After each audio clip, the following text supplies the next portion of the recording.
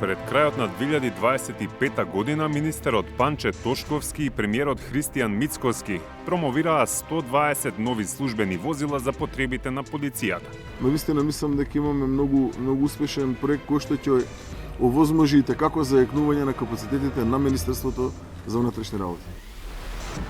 Тендерот за набавка новие возила беше распишан на средината на јули 2025 година. Договорот беше потпишан еден месец подоцна, а возилата стигнаа на крајот на декември.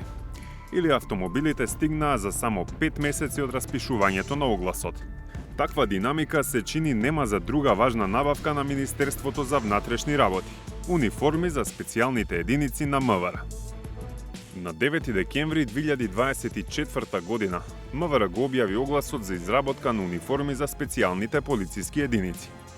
По неколкуте продолжувања на рокот и жалбите го добија две фирми.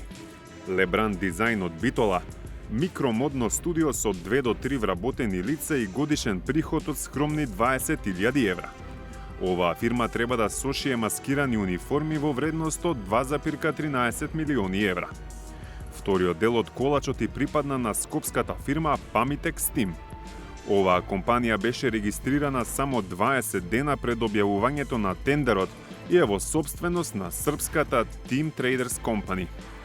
За нив се распределени 1,7 милиони евра од спогодбената рамка.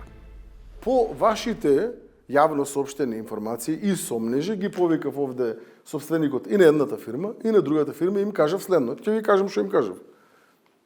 Дека согласно она кое што и јас го имам информација и јас го имам изанализирано, овде нема незаконитости во рамки на постапувањето. На Министерството за внатрешни работи не може да се утврдат. Не може да се, јас не можам да ги видам.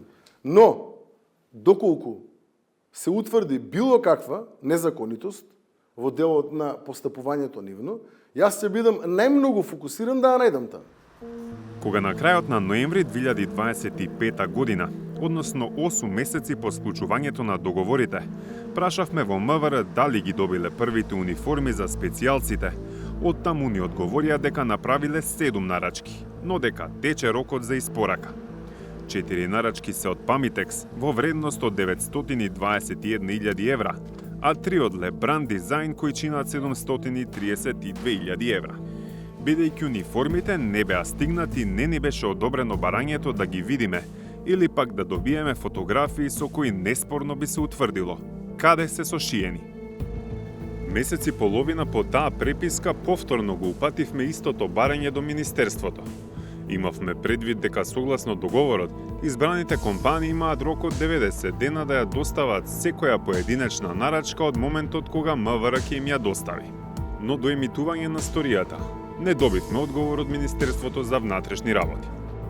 Додека полицијата чекаше коли и униформи за специјалците, МВР распише уште еден важен тендер. Во ноември 2025 година беа отворени понудите за униформи за редовната полиција. 5 компании доставија понуди за еден или повеќе од 4 делови на повикот винд јакни, теренски униформи, чевли и чизми за МВР. И тоа Нени компани, Мегаспорт, Мике Интернационал, Лејерс ВФ и Камекс. Цените кои компаниите ги понудија беа различни по категории. Например, Нени компани достави најниска цена за винд јакни и чизми, Мике Интернационал за теренска униформа, а Мегаспорт за чевли. 2 недели пред Нова година Министерството за внатрешни работи донесе одлука за избор на најповолна понуда. Сите 4 ставки ги доби компанијата Мегаспорт. Резултатот е донекаде изненадувачки ако се знае дека, например, понудата на Нени компани за чизми беше речиси двојно поевтина, или пак дека за винд јакна и Нени компани и Микеј имаа значително пониски понуди.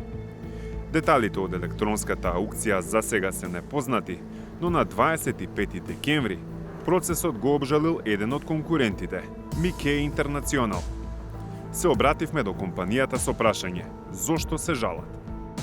Се жалевме на според нас неправилности во постапката на донесување на одлуката, како и на разликата во цената меѓу нашата и другата компанија, која всушност може да се забележи и од извештаите од јавното отворање.